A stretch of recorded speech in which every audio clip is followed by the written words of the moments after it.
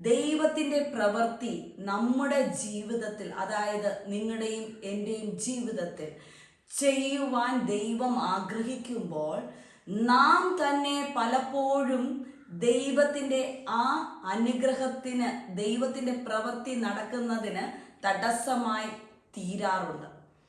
നിങ്ങൾ ചിന്തിക്കും, അത് എങ്ങനെ? ദൈവത്തിൻ്റെ പ്രവൃത്തി നമ്മുടെ ജീവിതത്തിൽ നാം നടക്കുവാനായിട്ടല്ലേ നാം പലപ്പോഴും ആഗ്രഹിക്കുന്നതും നാം പ്രാർത്ഥിക്കുന്നതും ഒക്കെ.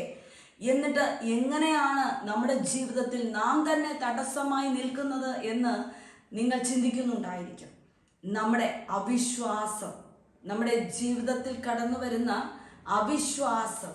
നാം ചില കാര്യങ്ങൾ നാം ചെയ്യുവാനായിട്ട് ആഗ്രഹിക്കും, പക്ഷേ അത് എങ്ങനെ നടക്കും? ഇത് എന്നെ കൊണ്ട് സാധിക്കുമോ?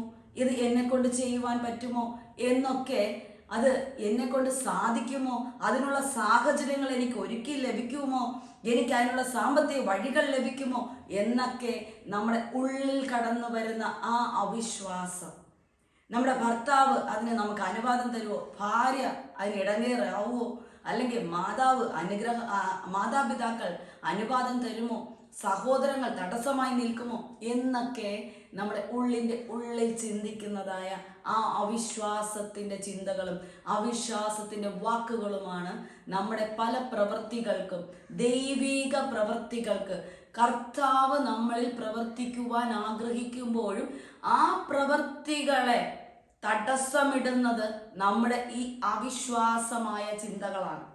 അതിനെ ബൈബിളിൽ പറയുന്നത് തടങ്കൽ പാറ എന്നാണ്. നാം തന്നെ തടങ്കൽ പാറയായിട്ട് നമ്മുടെ ജീവിതത്തിൽ മാറുകയാണ് ചെയ്യുന്നത് എന്നാണ് ഇവിടെ മനസ്സിലാക്കുവാൻ സാധിക്കുന്നത്.